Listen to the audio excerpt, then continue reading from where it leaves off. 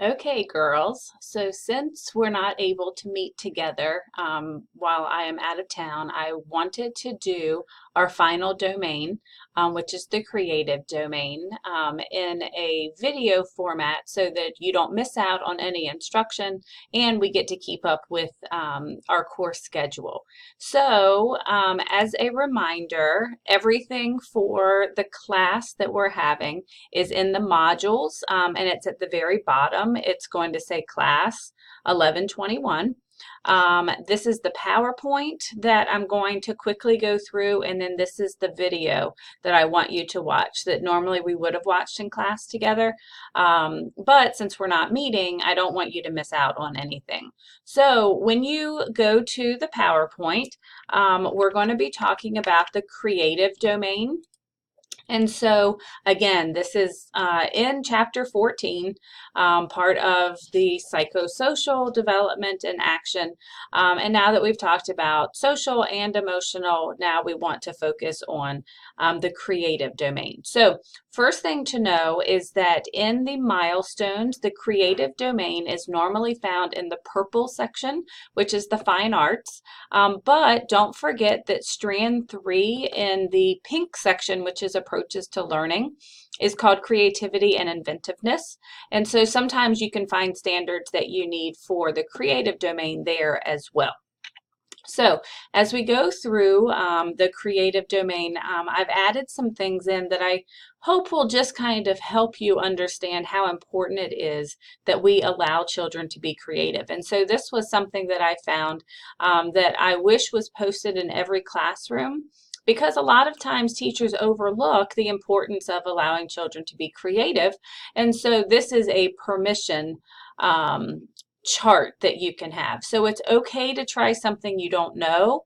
It's okay to make mistakes. It's okay to take your time. It's okay to find your own pace. It's okay to bungle or to mess up. So next time you are free to succeed. It's okay to risk looking foolish. It's okay to be original and different. It's okay to wait until you are ready. It's okay to experiment safely. It's okay to question shoulds. It is special to be you. You are unique, and it is necessary to make a mess, which you need to be willing to clean up.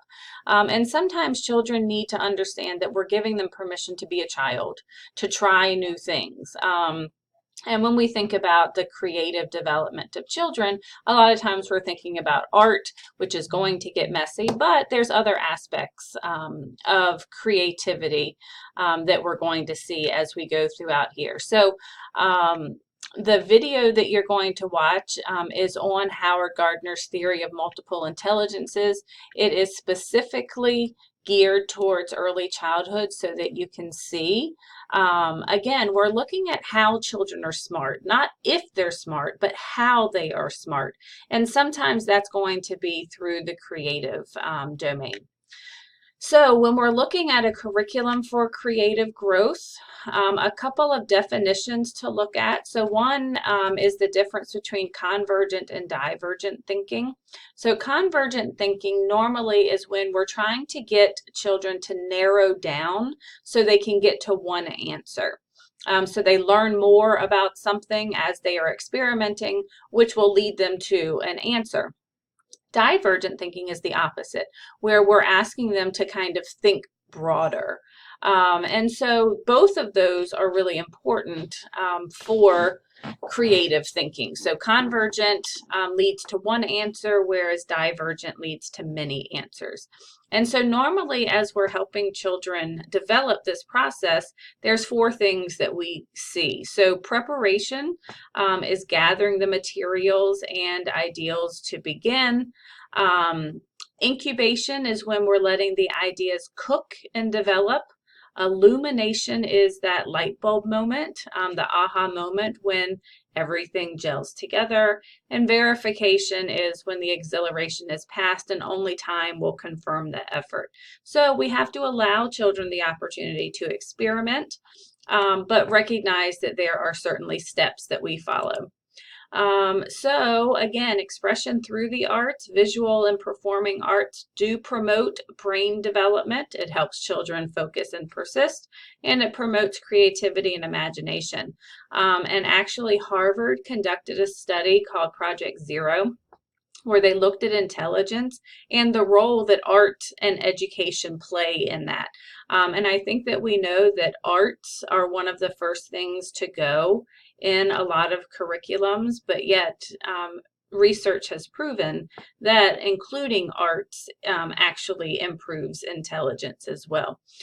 So as we're looking at art, and really for the creative domain, this is where you are going to focus in CHD 145, which is art, music, and movement. So as we look at the stages of children's art, Kellogg actually has 4 stages: placement, shape, design, and pictorial. And so I've just got a few examples for you. So in the basic scribbles, you can kind of see this is where we're starting, is with dots. But these are other things that we're starting to notice. I always think it's interesting when we get into these sections because children are understanding that writing is linear.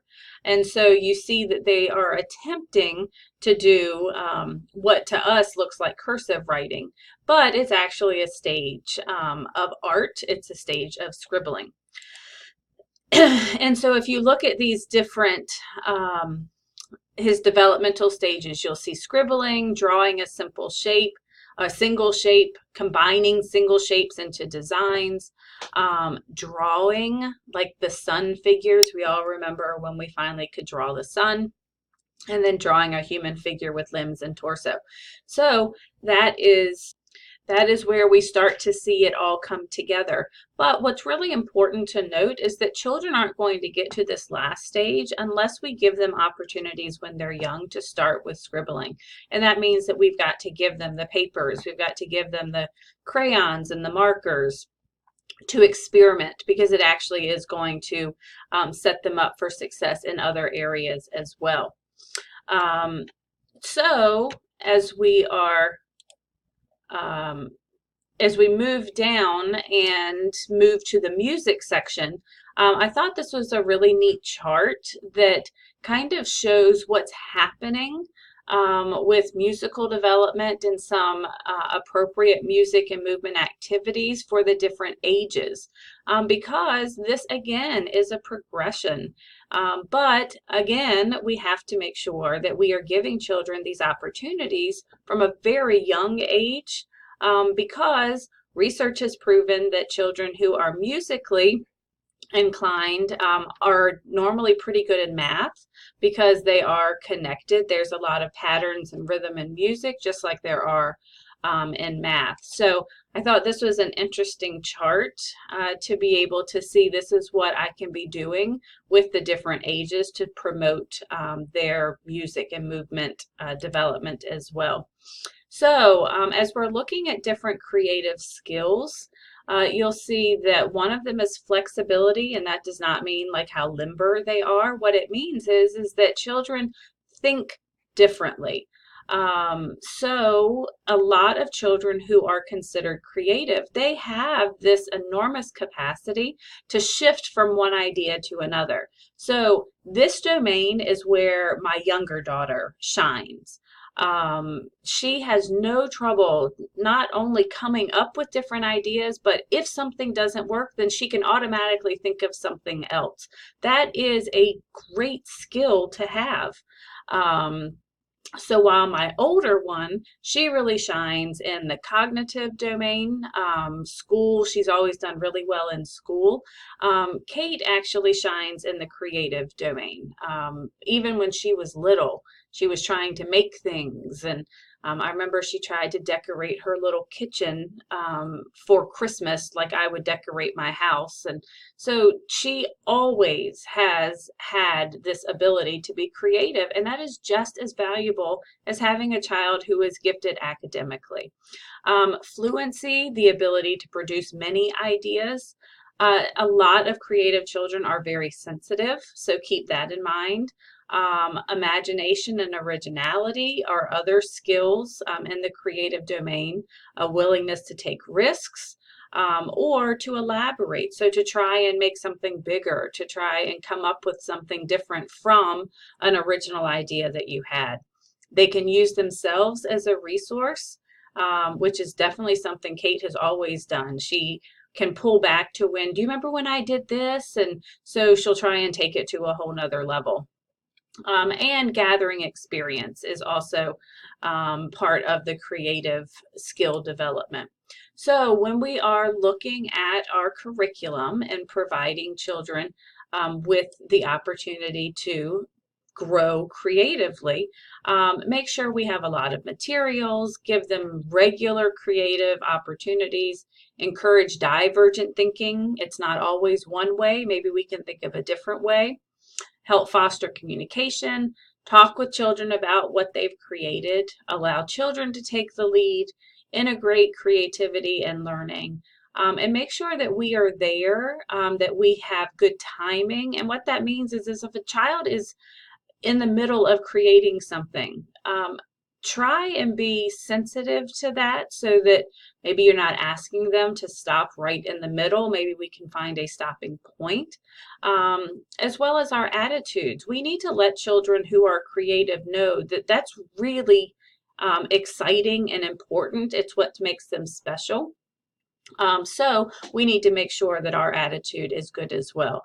And just like with all of the other domains, we are setting our schedule, focusing on the skills and themes can actually help as we are developing creative children.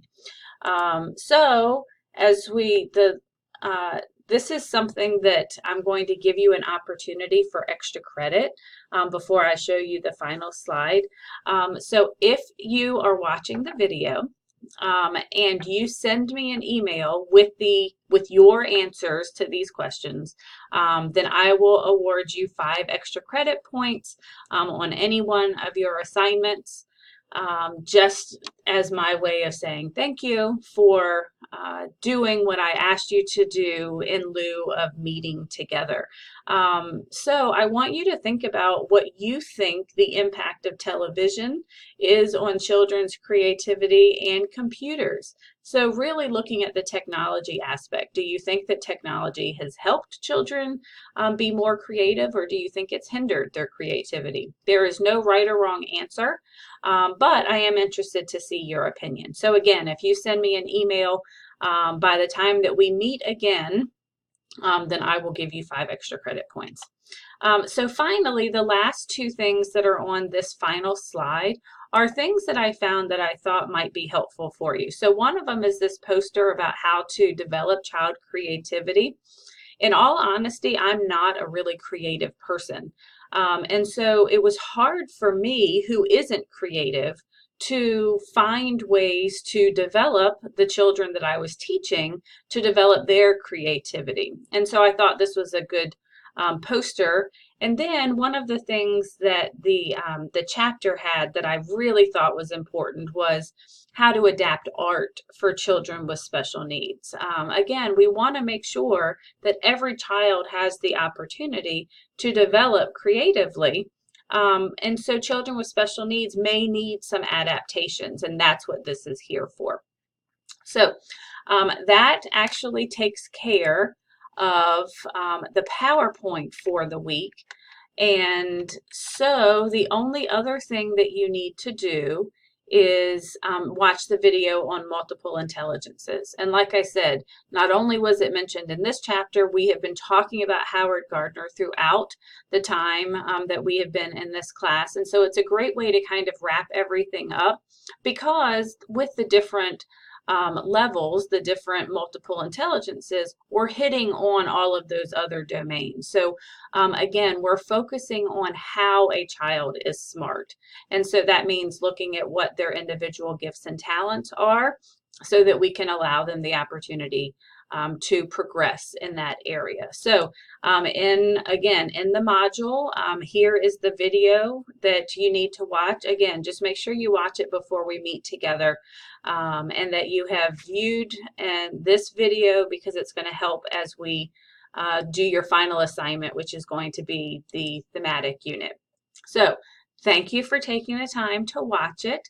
I hope that you enjoy a little bit of time off from coming to class to get caught up, maybe in your other classes. But when we get together the next time, I will start class by just doing a quick review of the creative domain and getting your thoughts on the multiple intelligences. I will go over the thematic unit assignment, and then we are going to be looking at Chapter 8, which is going to be dealing with the families.